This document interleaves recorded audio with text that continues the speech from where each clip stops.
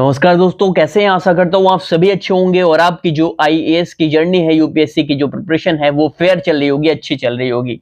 चलिए, आज आरंभ बैच की ये चौथी क्लास है और चौथी क्लास को हम शुरू करते हैं। लेकिन शुरू करने से पहले आरंभ बैच के बारे में आपको बता दें, जो बच्चे नए हैं, जो आज जुड़ रहे हैं और जो क्लासेस अभी कर रहे हैं, उन्हें तो आरंभ बैच के बारे में जानकारी होगी। देखिए, आरंभ बैच उन बच्चों के लिए शुरू किया गया है जो यूपीएससी की प्रिपरेशन करना चाहते हैं, लेकिन पैसों के अभाव में, पैसे नहीं होते हैं, इसके अभाव में तैयारी नहीं शुरू कर पाते हैं। तो उन बच्चों के लिए आरंभ बैच की शुरुआत की गई है, जहां पूरी यूपीएससी आईएएस की प्रिपरेशन फ्री ऑफ कॉस्ट कराई जाएगी, बिल्कुल मुफ्त। यहां पे आपको कोई भी पैसे नहीं देने हैं। जीरो से लेकर पूरा यूपीएससी का सिलेबस कंप्लीट कराया जाएगा, बिल्कुल मुफ्त और निःशुल्क।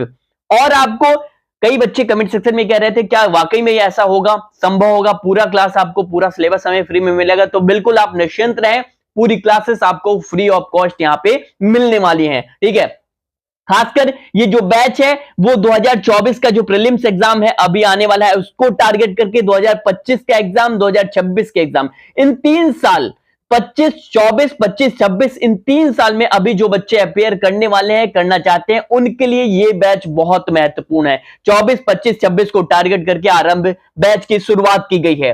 ठीक है, तो अगर आप पैसों के अभाव में नहीं कर पा रहे हैं तो आरंभ करिए। ये बैच का नाम इसीलिए आरंभ किया गया है कि जो बच्चे प्रिपरेशन आरंभ नहीं कर पाते, तैयारी यूपीएससी की पैसों के चलते नहीं आरंभ कर पाते, तो आरंभ करिए इस जर्नी को और अपने सपने को एक नई मुकाम तक पहुंचाएं। ठीक है, तो चलिए आरंभ करते हैं आरंभ की क्लास। ठीक है, चौथी क्लास। चलिए, और आपसे ये रिक्वेस्ट है कि अगर आपने चैनल सब्सक्राइब नहीं कर रखा है तो चैनल पर जो आपने बेल आइकन दबा दें सब्सक्रिप्शन का, और जो है इस वीडियो को लाइक करें, शेयर करें, अपने दोस्तों तक शेयर करें, ताकि उन्हें भी इससे थोड़ा कुछ सीखने को मिले, उनकी जर्नी भी शुरू हो चुके। ठीक है, तो चलिए भाई शुरू करते हैं आरंभ की चौथी क्लास। देखिए, हमने जो है पिछली क्लासेस में हमने डिस्कस किया था, हमने पढ़ा था संविधान और राज्य व्यवस्था के बीच अंतर को जाना था और वहीं खत्म की थी क्लास। और आगे यहां पे संविधान और संविधानवाद को हमें जानना था कि देखिए, संविधान और संविधानवाद, संविधानवाद के बीच अंतर, अब क्या अंतर है इन दोनों के बीच, आज हम जानेंगे। ठीक है, देखिए, जो बच्चे पहली, दूसरी, तीसरी क्लास, आज चौथी ये क्लास है, पहली 3 क्लासेस नहीं किए हैं, नहीं कर पाए किन्हीं कारणों, बस वो कर सकते हैं। जो चैनल इस वीडियो के डिस्क्रिप्शन बॉक्स में पहली, दूसरी, तीसरी तीनों क्लास की लिंक दी गई है, वहां से आप कर सकते हैं। चलिए देखते हैं इन संविधान और संविधानवाद के बीच अंतर क्या है। चलिए देखिए, आपका जो संविधान है, लगातार आपको ये संविधान क्या है, कॉन्स्टिट्यूशन, और आपका संविधानवाद, ठीक है, कॉन्स्टिट्यूशनलिज्म। ठीक है, चलिए अब इनके बीच के अंतर को जानते हैं। ठीक है, कि आखिरकार इनके बीच का अंतर क्या है। देखिए, ये जो वर्ड, मैं शुरू करने से पहले मैं बता दूं, लगातार आपको ये टर्म संविधान, संविधानवाद इसीलिए बताया जा रहा है क्योंकि अगर आपने इस टर्म को इजीली डाइजेस्ट कर लिया आज, तो आने वाले पूरे पॉलिटी के सब्जेक्ट में आपको कोई दिक्कत नहीं आनी है और आप इजीली मेंस के आंसर को समझते हुए इस टर्म को इजीली आप आंसर लिख पाएंगे, चीजों को समझ पाएंगे। अगर ये जो टर्म डिस्कस करना हो लगातार पिछले 3 दिनों से, आज चौथा दिन, अगर आपने ये डाइजेस्ट कर लिया, अच्छे से समझ लिया, तो पूरी पॉलिटी सब्जेक्ट आपके क्या होगा, आपके फिंगर पर होगा पॉलिटी ये सब्जेक्ट। ठीक है, चलिए संविधान, अब लगातार हमने संविधान को डिस्कस किया है, पिछले कई क्लासेस से संविधान को देखते आ रहे हैं। तो संविधान, देखिए, जो आपका संविधान है, वो जो संविधान है आपका, वो लोकतांत्रिक और गैर लोकतांत्रिक दोनों देशों में होता है। बात को समझिए, मैं लिखता हूं पहले, उसके बाद आपको ब्रीफ करता हूं। देखिए, ये जो आपका संविधान है, संविधान जो है, ये संविधान जो है लोकतांत्रिक और गैर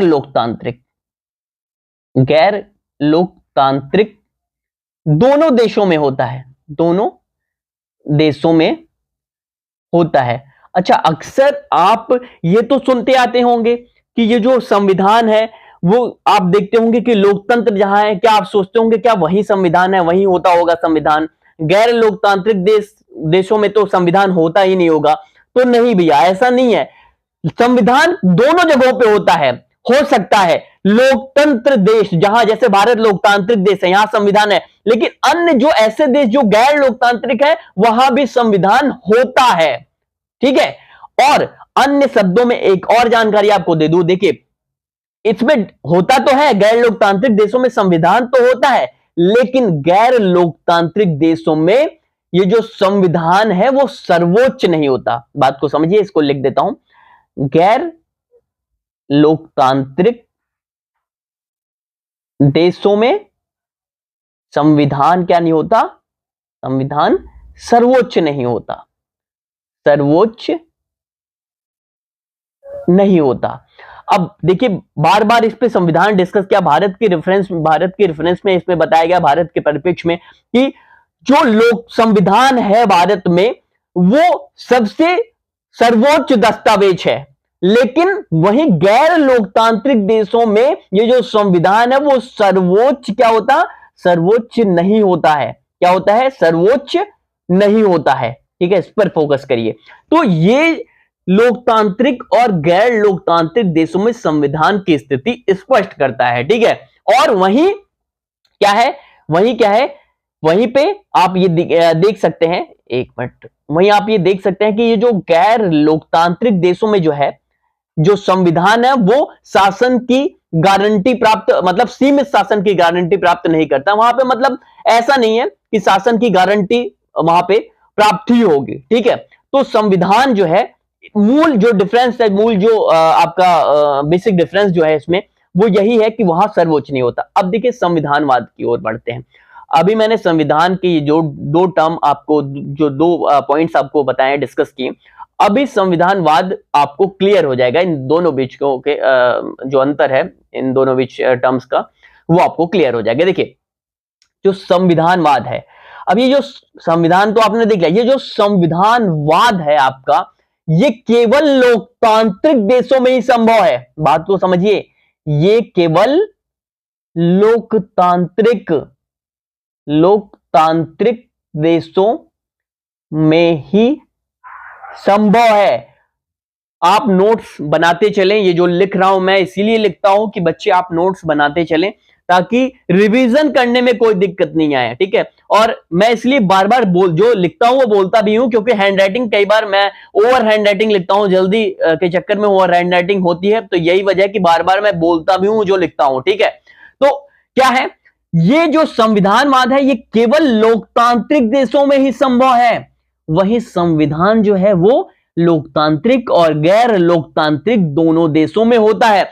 अगर अब भाई संविधान और संविधानवाद जो बेसिक डिफरेंस है इन दोनों के बीच, वो यही है कि संविधान जो है भाई वो लोकतांत्रिक गैर दोनों में है, लेकिन जो संविधानवाद होता है वो ये केवल लोकतांत्रिक देशों में ही संभव है, यानी गैर लोकतांत्रिक देशों में ये संभव नहीं है। अब देखिए जो संविधानवाद है, यहां संविधानवाद में संविधान की सर्वोच्चता होती है।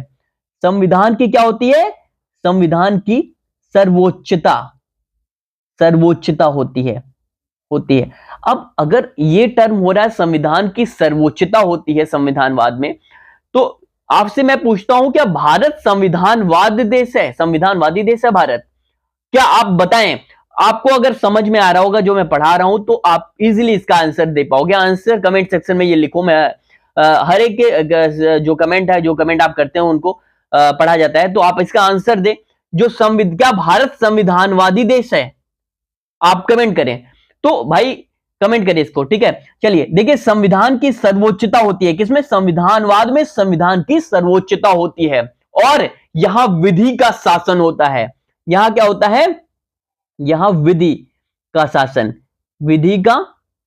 होता है, यानी कि कानून का शासन होता है। ऐसा नहीं, कानून होता है उसके बिहाफ पर ही शासन किया जाता है। ठीक है। विधि का शासन होता है, रूल ऑफ लॉ।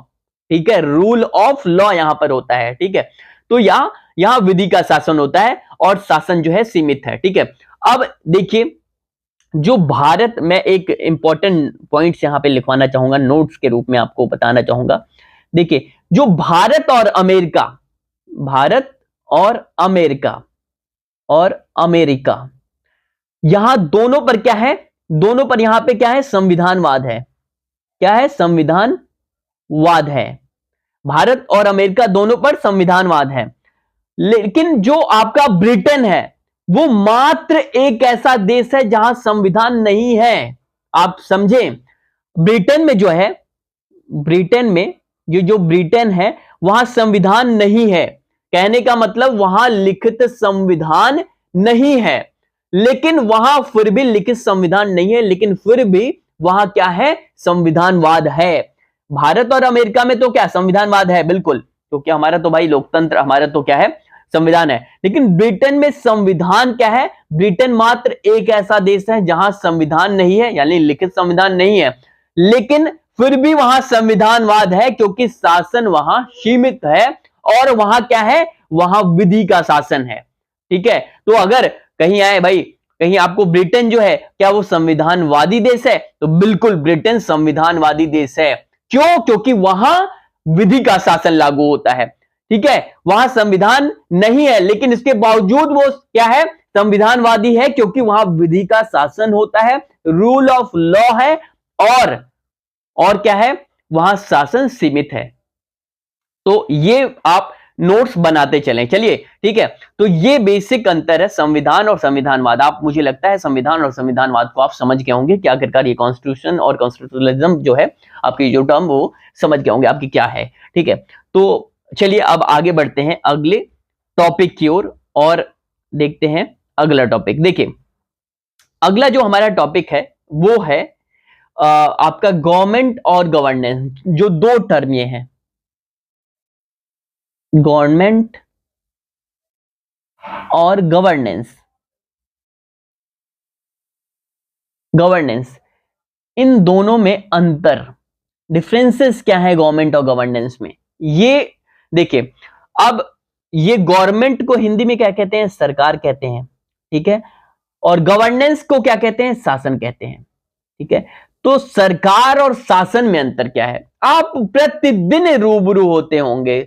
सरकार, ये रोज आप समाचार, जो आप न्यूज चैनल्स हैं उनमें देखते होंगे, न्यूज़पेपर में सरकार, गवर्नमेंट बार बार आता हो। शासन भी आप देखते होंगे, इनकी मोदी सरकार का शासन चल रहा है, शासन टर्म जो है लगातार आपका आता होगा कि इनके शासन में ये कार्य, इनके शासन में ये हुआ था, इनके शासन में वो हुआ था। तो ये शासन जो वर्ड है, जो टर्म है, गवर्नमेंट, ये सरकार है, इन दोनों के बीच वाकई में अंतर क्या है। अगर आप अंतर जानते हैं तो आप एक रियल यूपीएससी एस्पिरेंट हैं, और अगर आप इन दोनों के अंतर को नहीं समझ रहे हैं तो आप भी उन्हीं में से हैं जो लोग चाय पर बैठकर बतकही करते हैं, चर्चा करते हैं। कहां? ठेलों पर बैठकर, अड्डों पर बैठकर, सरकार ऐसा कर रही है, वैसा कर रही है, इस शासन ने ऐसा कर दिया, वैसा, उसका कोई मतलब नहीं। सरकार पर चर्चा अगर करनी है तो हेल्दी डिबेट करिए। अगर आप डिबेट तभी कर पाएंगे जब सरकार को अच्छे से समझे होंगे और शासन को अच्छे से समझे होंगे, और ये दो टर्म के डिफरेंसेस, अंतर को अगर आप समझेंगे तो आप बुद्धिजीवी हैं। यूपीएससी एक, आप यूं कहिए एक रियल एस्पिरेंट, आप यूपीएससी एस्पिरेंट है। अगर नहीं तो फिर आप आम आदमी, अब फिर क्या कंपैरिजन आपका करना। ठीक है, तो चलिए इसको समझते हैं और एक रियल एस्पिरेंट बनते हैं। ठीक है, क्या बनते हैं? एक रियल एस्पिरेंट बनते हैं। लगना चाहिए कि आप बुद्धिजीवी हैं, किसी परीक्षा की तैयारी कर रहे हैं। ठीक है, एक एक चीजों को ऐसे समझिए कि भाई आपके सामने कोई भी खड़ा हो तो बिल्कुल आप खड़े होकर डिस्कस कर दें, एक एक टर्म को खोल दें। ठीक है, तो ऐसी पढ़ाई होनी चाहिए। ऐसी क्या होनी चाहिए? पढ़ाई होनी चाहिए। और मेरा दावा है कि आप इस मेरे साथ पॉलिटिक्स करने के बाद, हमारे साथ जो जुड़ने के बाद, ऑनली यूपीएससी के साथ जुड़ने के बाद, एक एक सब्जेक्ट के एक एक टॉपिक को आप बहुत बारीकी से समझ जाएंगे। और मुझे उम्मीद है कि आपके यूपीएससी, स्टेट पीसीएस, एमपीपीएससी, कोई भी एग्जामिनेशन हो, उसमें आपके प्रश्न जो हैं वो गलत नहीं होंगे। ठीक है, आंसर आप दे पाओगे। चलिए देखिए, सरकार और शासन। आप देखिए, सरकार और शासन में हमें अंतर को देखना है, गवर्नमेंट और गवर्नेंस के अंतर को देखना है। चलिए देखिए, सरकार और शासन के अंतर को जब हम देखते हैं तो आप मुझे कमेंट सेक्शन में ये बताएं, मैं लगातार 3 क्लासेस में चौथी क्लास से ये कह रहा हूं, सरकार आखिरकार होती क्या है? कमेंट सेक्शन में कमेंट कर दें। अब देखिए, पहले पॉइंट में मैं इसे ब्रीफ करता हूं। देखिए, जैसे सरकार के 3 अंग कौन कौन से थे भाई? सरकार के 3 अंग, विधायिका, लेजिस्लेचर जो है आपका, कार्यपालिका, कार्यपालिका और न्यायपालिका, न्यायपालिका। ये सरकार के 3 अंग हैं। सरकार मतलब होता है विधायिका, कार्यपालिका और न्यायपालिका, ठीक है। और वही अदर वर्ड्स में अगर और भी सरकार को ब्रीफ करें तो सरकार का उल्लेख जो है वो संविधान में है। सरकार का उल्लेख कहां है? उल्लेख संविधान में है, संविधान में है। अब देखिए, ये मैं बार बार कह रहा हूं, देखिए छोटे छोटे चीजों को यूपीएससी अपने एमसीक्यूज में डालता है, अपने इसमें डालता है, अपने ऑप्शंस में डालता है, ठीक है। 4 ऑप्शन 5 ऑप्शन वो आपके सामने 4 ऑप्शन रख दे रहे हैं, उनमें से छोटा सा, क्या संविधान में सरकार का उल्लेख है उल्लेख? तो बिल्कुल हां, सरकार का उल्लेख संविधान में है। अब देखिए, बहुत छोटी छोटी चीजें यूपीएससी पूछता है। पिछले 2 साल पहले 3 साल पहले यूपीएससी ने अपने क्वेश्चन प्रीलिम्स में पूछा कि भाई विवाह करने का अधिकार किस अनुच्छेद के अंतर्गत आता है? विवाह करने का अधिकार किस अनुच्छेद के अंतर्गत आता है? किस अनुच्छेद? अब बहुत से लोगों ने इसका आंसर गलत कर दिया। ये छोटी छोटी चीजें जो हैं, ठीक है, विवाह करने का अधिकार, ये पॉइंट्स किस में डाल देते हैं? वो ऑप्शन में डाल देते हैं, छोटी छोटी चीजें। एनसीईआरटी जो आपके एनसीईआरटी हैं, अगर आप एनसीईआरटी नहीं पढ़ रहे हो तो आपको, मुझे लगता है, एक बार एनसीईआरटी पढ़नी चाहिए। विवाह करने का अधिकार, छोटे छोटे पॉइंट्स वो पूछ ले रहे हैं और बच्चे क्या कर रहे हैं? उनमें फंस जा रहे हैं और मोटी मोटी किताबों के पीछे आप भाग रहे हो, लेकिन यूपीएससी छोटी छोटी चीजों से उठाकर प्रश्न पूछ ले रहा हो और आप वहीं फंस जा रहे हो। तो भाई क्या है? सरकार का उल्लेख क्या है? संविधान में है, ठीक है। और अदर वर्ड में हम ये कह सकते हैं कि जो सरकार है वो एक वैधानिक विचार है। क्या कह सकते हैं? सरकार जो है वो वैधानिक क्या है? वैधानिक विचार है। मतलब वैधानिक मतलब रेगुलेशन, रूल्स, ठीक है, लॉज, इस पर, इस विचारधारा पर सरकार हमारी है, ठीक है।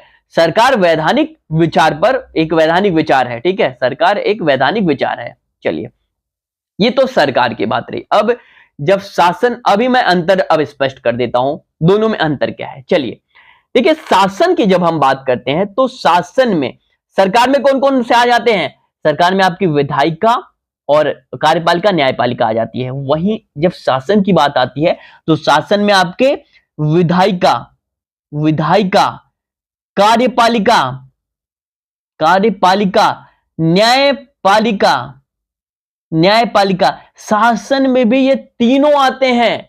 लेकिन इसी के साथ साथ प्लस, इसके साथ साथ जो आपका नागरिक समाज है, नागरिक समाज, ठीक है, नागरिक समाज जो है, या और सामाजिक संगठन, सामाजिक संगठन, संगठन, ये क्या है? ये शासन में आते हैं।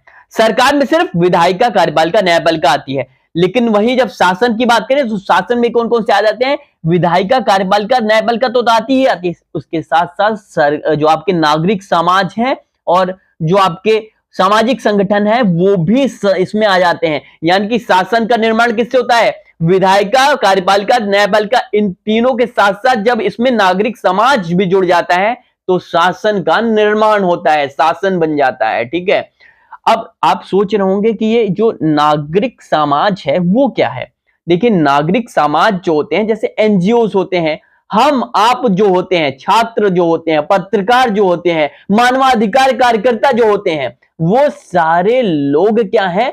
वो सारे लोग नागरिक समाज में आते हैं। कौन कौन से? एनजीओ हो गई आपकी, आपकी फिल्मी कलाकार हो गए, आपके पत्रकार भाई हो गए, ठीक है, और आपके मानवाधिकार कार्यकर्ता हो गए। अब ये लोग नागरिक समाज में क्यों आते हैं? क्योंकि ये समाज की भलाई के लिए कार्य करते हैं। किसके लिए? समाज की ये भलाई के लिए कार्य करते हैं, भलाई के लिए, ठीक है। तो इसलिए जब शासन का भाग कौन कौन है? विधायिका, कार्यपालिका, न्यायपालिका, यानी कि एक शब्द में ये सरकार, और सरकार के साथ जुड़कर जब नागरिक समाज भी जुड़ जाता है, एनजीओ, पत्रकार भलाई के लिए जो काम कर रहे हैं संगठन, वो भी जुड़ जाते हैं, तब शासन कहलाता है। सरकार और शासन में मूल अंतर यही है, सरकार अकेली, विधायिका, कार्यपालिका, न्यायपालिका। जब शासन की बात आती है, शासन स्तर पर हम आप मिलकर ही एक क्या कर सकते हैं, एक अच्छे शासन को हम क्या कर सकते हैं, स्थापित कर सकते हैं। ठीक है, मैं एक चीज और ऐड ऑन कर दूं कि देखिए, मैं बार बार इस टॉपिक को पढ़ाते वक्त आपको डिस्कस करता हूं कि जब ये मोदी गवर्नमेंट आपकी सत्ता में आई थी 2014 में, तो इन्होंने एक स्लोगन दिया था, मिनिमम गवर्नमेंट और मैक्सिमम गवर्नेंस। मिनिमम गवर्नमेंट और मैक्सिमम गवर्नेंस। एक मिनट, इसका अर्थ जो है अब आप समझ पा रहे होंगे। ठीक है, मिनिमम 2014 में जब इनकी गवर्नमेंट आई तो इन्होंने कहा मिनिमम गवर्नमेंट और मैक्सिमम गवर्नेंस। ठीक है, तो इसका अर्थ क्या है? मिनिमम गवर्नमेंट और मैक्सिमम गवर्नेंस का अर्थ क्या है, आप समझिए बात को। मिनिमम गवर्नमेंट मतलब कम सरकार में, कम सरकार में, मैक्सिमम गवर्नेंस मतलब अधिक शासन, अधिक शासन। इसका क्या मतलब निकल रहा है? कम, ये सरकार कह रही थी, मोदी गवर्नमेंट कह रही थी कि हम कम सरकार में अधिक शासन करेंगे। कहने का मतलब यह है कि हमारे साथ जो है शासन जो है, हमारे साथ विधायिका, जो हमारे मंत्रिमंडल हैं, उनमें कम लोग रहेंगे और शासन की सहभागिता अधिक होगी। यानी एनजीओ, पत्रकार, ये लोग मिलकर शासन अधिक होगा और सरकार कम होगी। यानी आप हम मिलकर, सरकार और आम लोग मिलकर क्या करेंगे? शासन करेंगे। हम सरकार नहीं, सरकार कम रखेंगे और अधिक शासन करेंगे। मंत्रिमंडल की संख्या कम रखेंगे। ठीक है, तो जब इन्होंने अपना मंत्रिमंडल विस्तार करने लगी ये गवर्नमेंट, तो फिर अपोजिशन वही कहने लगा कि आप तो कम सरकार में अधिक शासन करने आए थे, मिनिमम गवर्नमेंट मैक्सिमम गवर्नेंस की बात करते थे, आप तो मंत्रिमंडल का विस्तार कर रहे हैं। तो मूल रूप से इसका अर्थ यही निकलता है, कम सरकार में अधिक शासन का यही अर्थ है कि सरकार अधिक, शासन अधिक होगा और सरकारें कम होंगी। ठीक है, तो आई होप ये आप समझ पाए होंगे। ठीक है, तो ये मूल अंतर है, बेसिक डिफरेंस है, क्या है, सरकार और शासन में। अगर आप समझ पा रहे हैं तो सरकार शासन में अंतर क्या है वो कमेंट सेक्शन में कमेंट करें। जिनका भी उत्तर अच्छा रहेगा उनके उत्तर को, उनके आंसर को पिन किया जाएगा। ठीक है, चलिए, मुझे उम्मीद है टॉपिक आपको इजीली समझ आ रहा होगा। ठीक है, तो ये रही आपकी गवर्नमेंट और गवर्नेंस में मूल जो आपका अंतर है वो आप समझ पा रहे होंगे। ठीक है, चलिए, अब आपको एक नागरिक समाज, एक टर्म है जो हमने अभी यहां नागरिक समाज डिस्कस किया, उसको और ब्रीफ में डिस्कस करते हैं कि आखिरकार ये नागरिक समाज होता क्या है। देखिए, नागरिक समाज, नागरिक समाज। ठीक है, अब देखिए, जो नागरिक समाज है उसको भी हम दो पार्ट में डिवाइड कर लेते हैं। ठीक है, दो पार्ट में क्या कर लेते हैं, डिवाइड कर लेते हैं। देखिए, एक तो सरकार आ जाती है नागरिक समाज में, कौन है, सरकार आ जाती है, और एक वाणिज्यिक संगठन जो होते हैं, वाणिज्यिक जो आपके संगठन है वो हो जाते हैं। ठीक है, तो नागरिक समाज में सरकार और वाणिज्यिक संगठन दोनों आते हैं। ठीक है, अब आप देखिए, सरकार जो है आपकी, सरकार जो है वो सरकार के अंतर्गत आप ये कह सकते हैं कि ये जो सरकार है वो सरकार आपकी दंड देने की संस्था है। क्या है? दंड देने की संस्था है। यानी इनके पास ये पावर होती है सरकार के पास कि वो दंडित कर सके। ठीक है, और इसी के साथ साथ ये क्या है, बाध्यकारी, क्या है, बाध्य कर सकते हैं आपको किसी चीजों के लिए, क्या बाध्यकारी है, ये सरकार जो है वो बाध्यकारी है। क्या है? बाध्यकारी है, यानी आपको किसी चीज के लिए बाध्य कर सकती है सरकार। ठीक है, और इसी के साथ साथ ये सरकार जो है मोटे तौर पर वो सार्वजनिक भलाई के लिए काम करती है, मतलब सभी की भलाई के लिए ये काम करती है, जो सरकार का मूल रूप से ये है। नागरिक समाज के अंतर्गत 2 सरकार और वाणिज्यिक संगठन। सरकार का तो ये मोटा मोटा अर्थ आपको समझ में आया कि दंड आपको ये दंडित कर सकती है, बाध्यकारी आप पर आरोपित कर सकती है बाध्य, और ये लोगों की भलाई के लिए काम करती है। लेकिन जब वाणिज्यिक ये आपका संगठन की बात आती है तो ये केवल अपनी भलाई देखते हैं। समझ रहे हैं आपको, दोनों में अंतर जो है वो ये है कि ये जो वाणिज्यिक संगठन है वो क्या करते हैं, वो केवल क्या करते हैं, केवल अपनी भलाई देखते हैं। अभी आपको समझ में आएगा ये संगठन होते कौन है, केवल अपनी भलाई देखते हैं। केवल कहने का मतलब है कि ये केवल जो संस्था है, वाणिज्यिक संगठन है जो, वो केवल अपने लाभ के लिए काम करते हैं, मतलब अपने लाभ के लिए काम करते हैं, कार्य करते हैं। ठीक है।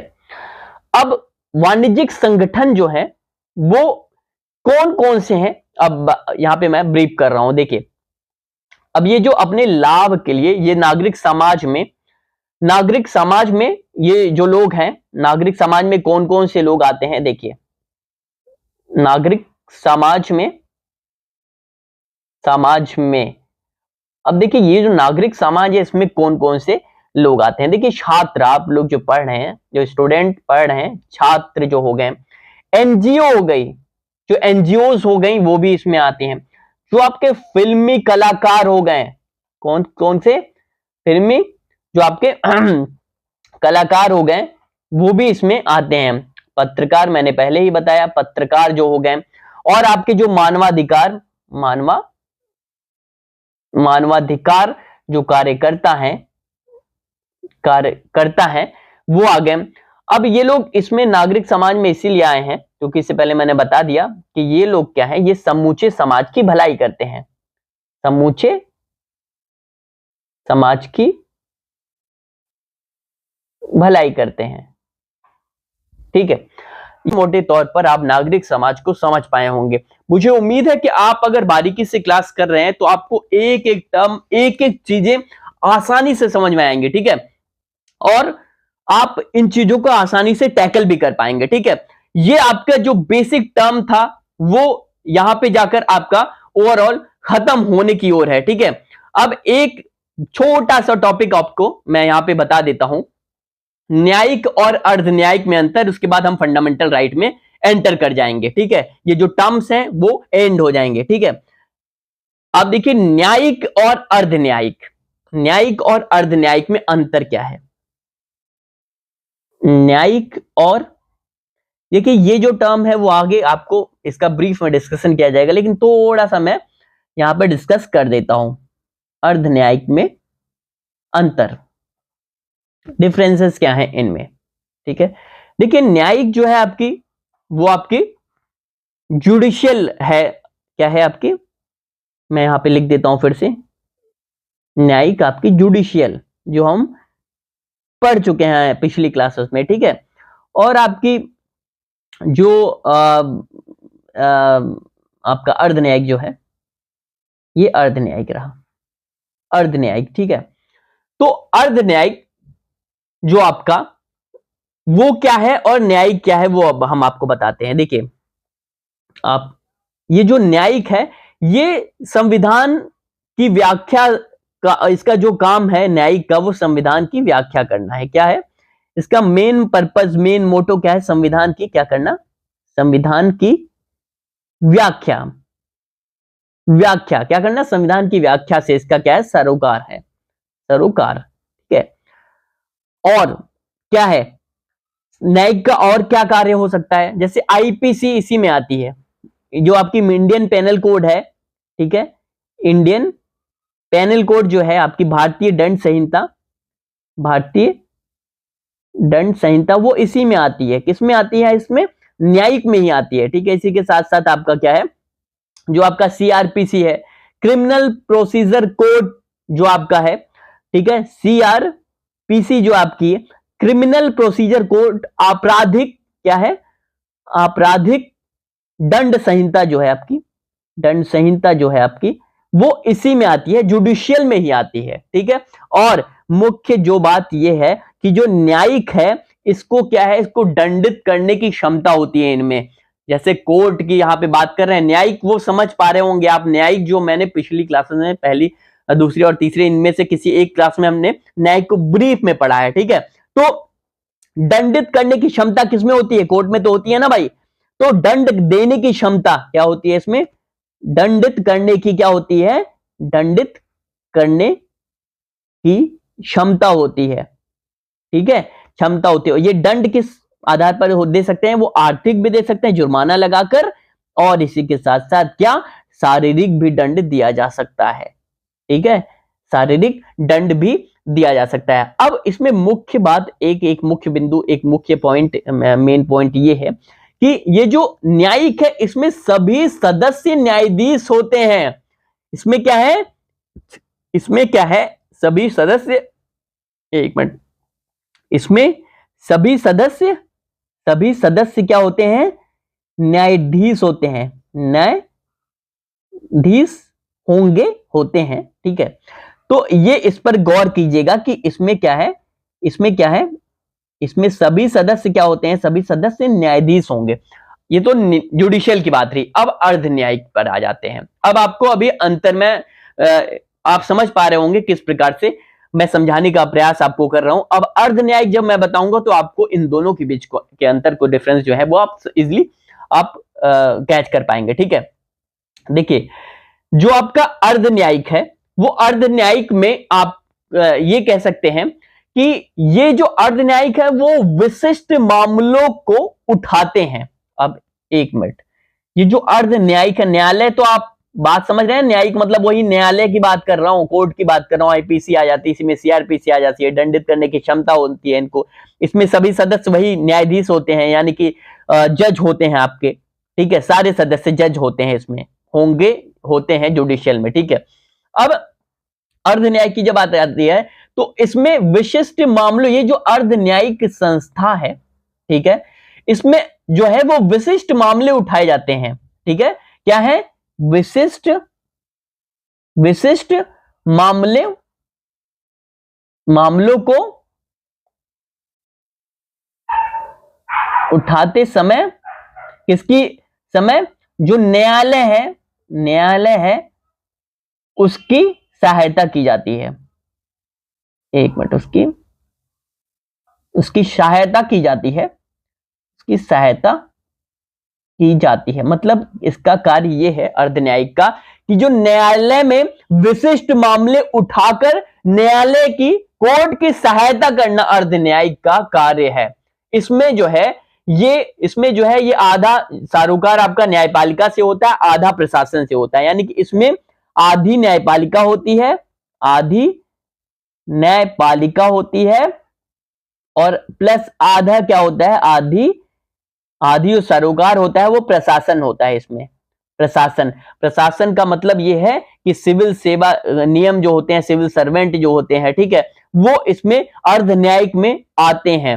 अब कहने का मतलब इजी शब्दों में लाइव एग्जांपल देकर आपको एनजीटी, इसका एग्जांपल देके हम समझाते हैं कि देखिए एनजीटी जो है आपकी, ठीक है, एनजीटी नेशनल ग्रीन ट्रिब्यूनल जो है आपकी, एनजीटी जो कि दिल्ली में प्रदूषण पर रोक पर यहां पे गठित की गई एनजीटी ने रोक लगाया।